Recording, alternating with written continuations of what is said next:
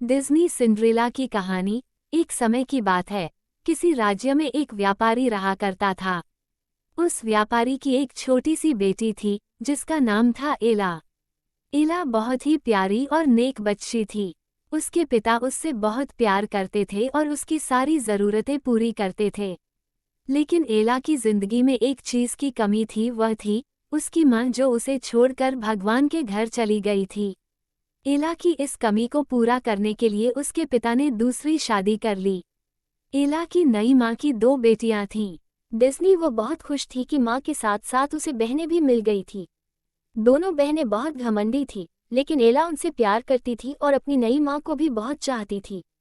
एला की खुशियाँ ज्यादा दिन टिक नहीं पाईं। एक दिन जब उसके पिता अपने काम से किसी दूसरे शहर गए तो फिर कभी वापस नहीं आए। एला पर तो मानो मुश्किलों का पहाड़ टूट गया हो।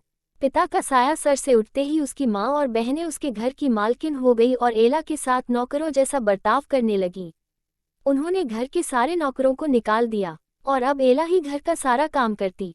उसकी बहनों ने तो उसका कमरा भी उससे छीन लिया और उसे एक कोठरी में रहने के लिए छोड़ दिया। एला अपनी बहनों के पुराने कपड़े और जूते पहनती, सारा दिन उनके काम करती।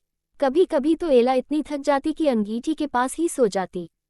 अक्सर एला जब सुबह उठती तो अंगीठी की राख, सिंडर, उस पर पड़ी होती। उसकी बहनें उसे सिंडरेला कह के चिढ़ाती और इस तरह उसका नाम एला से सिंड्रेला हो गया। एक दिन राज्य में ऐलान हुआ कि महल में एक बहुत बड़ा आयोजन है और राज्य की सभी लड़कियों की बुलाया गया है ताकि राजकुमार अपनी पसंद की लड़की से शादी कर सके। राज्य की सारी लड़कियां बहुत खुश और उत्साहित थीं। सिंड्रेला और उसकी बहनें भी अपनी किस्मत आजमाने को बेचैन थीं। लेकिन फिर सिंड्रेला की ये खुशी उसकी सौतेली माँ को रास नहीं आई और उसने सिंड्रेला को महल में जाने से मना कर दिया। बेचारी सिंड्रेला दुखी मन से फिर अपने काम में लग गई और सोचती रही कि इस वक्त उसकी बहनें क्या कर रही होंगी और राजकुमार देखने में कैसा होगा।